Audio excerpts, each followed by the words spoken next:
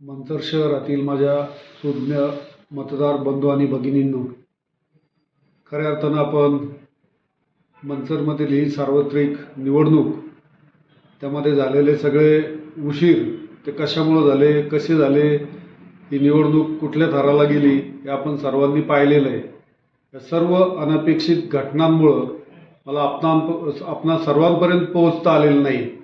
पण मी जो वेळ मिळाला तोपर्यंत मी आपणाशी संपर्क साधण्याचा प्रयत्न केला, स्वतः येऊन भेटलो.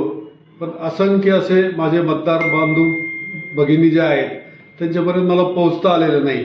तर मी त्यांना अत्यंत आदरपूर्वक विनंती करतो की आपण उद्या 2 डिसेंबर रोजी सकाळी 7 ते संध्याकाळी 5:30 वाजेपर्यंत कुठल्याही परिस्थितीत वेळ काढून मंचरच्या विकासासाठी, मंचरच्या भविष्यासाठी, मंचरच्या विचारांसाठी, मंचरमध्ये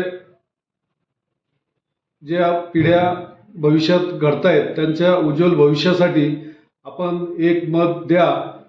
माझी सून जी आहे सौ प्राची आकाश थोरात, त्यांचं चिन्ह आहे रिक्षा.